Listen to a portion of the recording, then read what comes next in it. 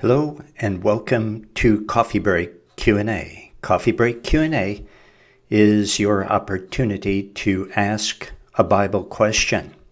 So send in your questions. I'll give you the address at the end of the broadcast, the email address that is.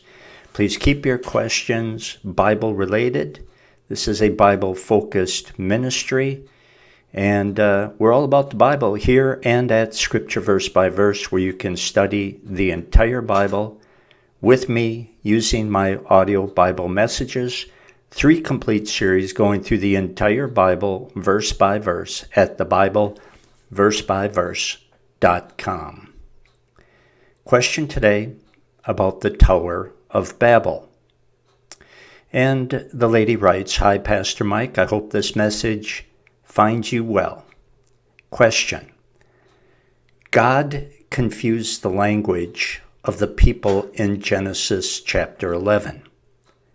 I know in previous studies you said it was because they were doing things as a people, but without including God.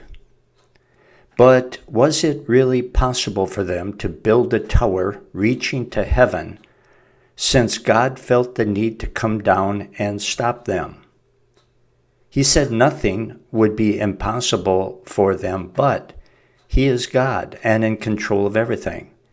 So nothing is possible without Him. And that's true. And He certainly proved that, didn't He? The people at Babel were idolaters. They were probably into astrology, which some believe was the purpose for the Tower of Babel. Most people believe that it was a giant ziggurat, which was used for idolatrous worship of the stars and maybe other things, who knows. But when the Bible talks about them building a tower that reaches into heaven, remember this: in Scripture, whenever God mentions heaven, or the heavens, there are 3. There's the heavens where the birds fly. There's the heavens of outer space. And then there's the heaven where God abodes in His throne room. Now, the people of Babel, I don't think were foolish enough to think that they could build a tower that reached to the very presence of God.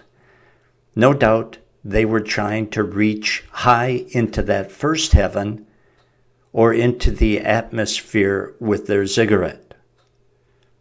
God was not trying to stop them from reaching into heaven, but He was aware that the unity of man, apart from His influence, would result in great evil, which is exactly what was happening, which is why He confused the language and caused division in the human race.